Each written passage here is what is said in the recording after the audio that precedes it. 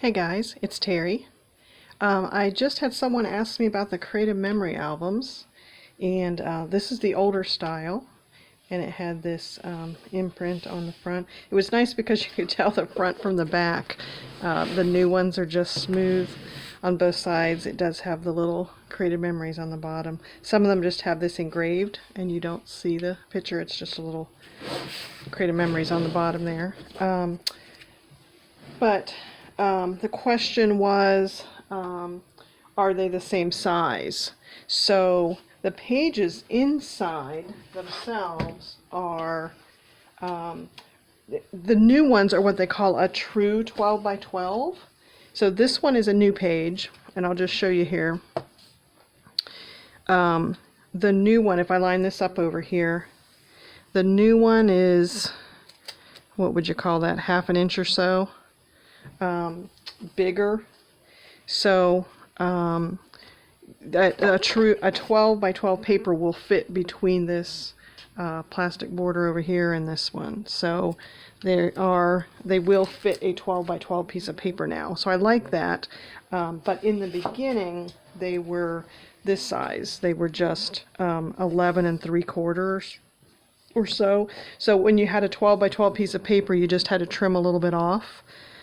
So that it fit on the page. Now what you can do is, I've had some pages where I didn't want to trim them, and I mean a 12 by 12 piece of paper will fit from this side to this side. So as long as you have them, you almost have to tape it down to the this extra hard cardboard side, but it works. But then the plastic sheet, the plastic covering, is only over, you know, from here to here inside this.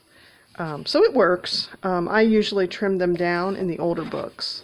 So, for example, the traditional Creative Memory style is that you just put your pictures on the page like this.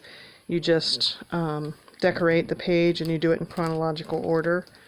And you can see that's how I started out, was just cutting out the pictures and putting them on the pages themselves. But then I started getting a little fancier by putting the pattern paper behind it and decorating it that way.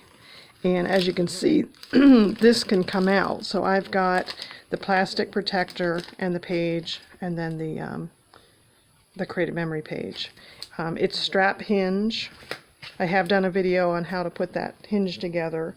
I made a video because I always forget how to put it together.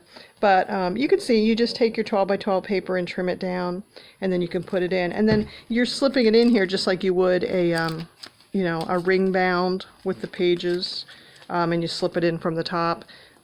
So I like that part of it. It's nice because then you don't have to go in chronological order.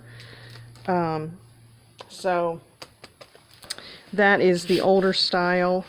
And then this one's the newer one. Now, if you put them beside each other, let me just show you. If they're beside each other on a bookshelf, I mean, there is just a little bit of a difference. So it's not so much bigger that they're not going to look nice, on the bookshelf. I like to get the binding, with the children's name and what book it is. You could do that on both of these. This binding comes off, and then they can put it in the machine to put your words on it. Another thing I've done is taken a piece of plastic and put stickers on there, but then cover this with plastic and insert that plastic into the end of the album. And that just keeps the letters on there nicely, just so you can label them on the bookshelf. So that's just a little bit of information between the old Creative Memory albums and the new ones. I would recommend, you can use the old pages in the new books. You can also use the new pages in the old books, but I wouldn't mix the pages because they would be, some would be shorter than the other ones. So I just wouldn't mix them, but I have used both sizes, in either book. So don't let that worry you. You can still find people selling the old pages The new ones are called true 12 by 12, and these were just called the original 12 by 12s.